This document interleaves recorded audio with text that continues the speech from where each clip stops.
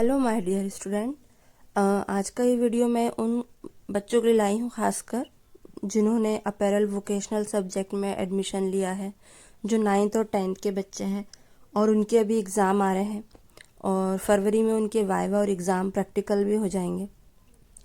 तो वाइवा में बच्चे अक्सर घबरा जाते हैं कि हमसे क्या पूछा जाएगा, बड़े परेशान से रहते हैं। क्योंकि मैं खुद एक वोकेशनल टीचर रही हूँ, मुझे बच्चों की परेशानियों के बारे में पता है, तो ये वीडियो आपको बहुत हेल्प करेगा। तो जो वाइवा के लिए बाहर से टीचर आते हैं, है ना, तो बच्चे बड़े घबराए हुए होते हैं कि हमसे क्या सवाल किया जाए। तो मैं उन्हें बता दूं कि वो पहले तो आपसे मशीनों के पार्ट्स के बारे में पूछेंगे ही पूछेंगे, और मशीन के पार्ट्स के लिए आप लोग याद तो कर लेते हो, नाम बुक में मेंशन भी है, पर आप जब बताने की बारी आती तो घबरा जाते हो। तो एक बार मैं आप लोगों को वीडियो के ज़रिए बता देती हूँ, आप ध्यान रखिएगा। शुरुआत हम करते हैं यहाँ से।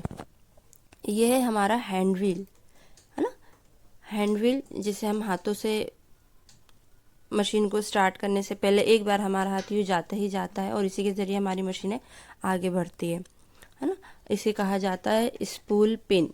इसे स्पूल कहा जाता है, इसे पिन। हमारी धागे की रील फंसाने के लिए हमें इसका इस्तेमाल करना होता है। ये होता है बारटेक या बैकटेक बोल सकते हैं। ये हमारी जो मशीन जब चलती है तो हमारे फैब्रिक को आगे पीछे करने का काम करता है।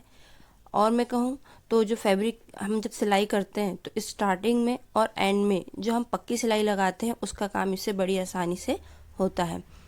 इसके बाद ये आती है, ये है आपका स्टिच डायलर। स्टिच डायलर का काम क्या होता है? ये आपके टाँकों का SPI सेट करता है। अब उन्होंने पूछा कि SPI क्या होता है, तो इसका पूरा नाम होता है स्टिच पर इंच, है ना। ये हमारे 1 इंच में टाँकों की संख्या को सेट करता है कि हमें कितने छोटे टाँके चाहिए या कितने बड़े टाँके चाहिए। और ये टाँके हमारे सिलाई के कपड़ों की मोटाई के ऊपर भी निर्भर करते हैं। उसके बाद बारी आती है, अलग अलग मशीनों में थ्रेड गाइड कुछ यहाँ भी हो सकते हैं, यहाँ भी हो सकते हैं। मेरी मशीन में यहाँ दिया हुआ है, ये थ्रेड गाइड है। हमें इसमें धागा S के शेप में पिरोना होता है, S लेटर के शेप में। उसके बाद बारी आती है इसकी, ये है थ्रेड टेंशन पोस्ट। इसमें हमें क्या करना होता है, ये जो 2 प्लेटें होती हैं, ये 2 प्लेटों के बीच में से हमें धागे को गुजारना होता है और यहाँ से गुजारने के बाद हमारा थ्रेड जाता है इसमें थ्रेड टेकअप लीवर में। हमारा थ्रेड टेंशन बहुत ज़्यादा टाइट नहीं होना चाहिए और बहुत ज़्यादा लूज नहीं होना चाहिए। जब भी हम धागे को खींचे तो वो एकदम स्मूथली खींचना चाहिए। और ये होता बारी आती है थ्रेड गाइड की। ये थ्रेड गाइड कई मशीनों में आपको सुई के पास भी दिखेंगे और कई मशीनों में नहीं भी दिखेंगे। यहाँ से धागा पुरोने के बाद हमारा धागा जाता है सुई में, ठीक है। ये तो ही मशीन के ऊपर वाले पार्ट्स की बारी। अब आते हैं यहाँ के, तो ये जो है ये है निडल बार। ये क्या करते हैं, जिसमें हम निडल को फंसाते हैं, ठीक है। और ये है हमारा प्रेशर फुट। ये प्रेशर फुट को, ये इसका नाम है हैंड लिफ्टर। हैंड लिफ्टर के ज़रिए हम प्रेशर फुट को उठाने और नीचे रखने का काम करते हैं। इसके बाद बारी आती है, ये जो आपको दांते दिख रहे हैं, आम बोलचाल की भाषा में इसे दांते ही बोला जाता है, पर इसका नाम है फीड डॉग। ये टेक्निकल वर्ड है ना। ये हमारे घरों में हमारी मम्मियों को या दादी दादियों को इन मशीनों के पार्ट्स के बारे में मालूम ज़रूर है, पर वो हमारे आम बोलचाल की भाषा होती है। अगर हम टेक्निकली बात करें तो इन शब्दों का इस्तेमाल ऐसे करते हैं ना। तो ये प्रेशर फुट हुआ, जिसे घोड़ा बोला जाता है आम बोलचाल की भाषा में। और फिर इसी के नीचे होता है प्रेशर फुट, जो फीड डॉग, जो हमारे कपड़े को आगे ले जाने का काम करता है। जब हम इसके नीचे, जब हम इसको खींचते हैं, है ना, मेरी मशीन में थोड़ा सा टाइट है, मैं नीचे से दिखाती हूँ। ये होती है बॉबिन और बॉबिन केस। ये है बॉबिन केस और ये है बॉबिन। हमें बॉबिन को बॉबिन केस में फंसाना होता है, ठीक है।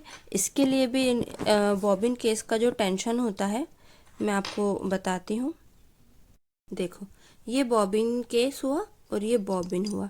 इसमें हमें थ्रेड को पुरोना होता है और ऐसा पुरोए कि हमें ये स्मूथली चलना चाहिए, ना ही बहुत ज़्यादा ढीला और ना ही बहुत ज़्यादा टाइट। अब हमारी बारी आती है नीचे जो होती है शटल, ठीक है, और इसे फंसाया जाता है शटल में। शटल कहाँ होती है? इसके नीचे होती है। और ये होते हैं ऑयल डालने के लिए, कुछ होल दिए हुए रहते हैं जिसे हमें ऑयल डालना होता है। ये पूरे बेड को फ्लैट बेड बोला जाता है, क्योंकि फ्लैट बेड बोला जाता है। इसके बाद बारी आती है ये फुट पैडल की। तो ये मशीन के पार्ट्स हमें, आप इनमें से अगर 10 नाम भी बताते हैं, अच्छे से याद कर लेते हैं, तो ये आपको बहुत हेल्प करेगा। और भी अगर आपको एग्ज़ाम से रिलेटेड कुछ क्वेश्चन है मन में, या पूछना है, या उसका वीडियो देखना है, तो आप मुझे कमेंट करिएगा, मैं आपको उसकी वीडियो बना के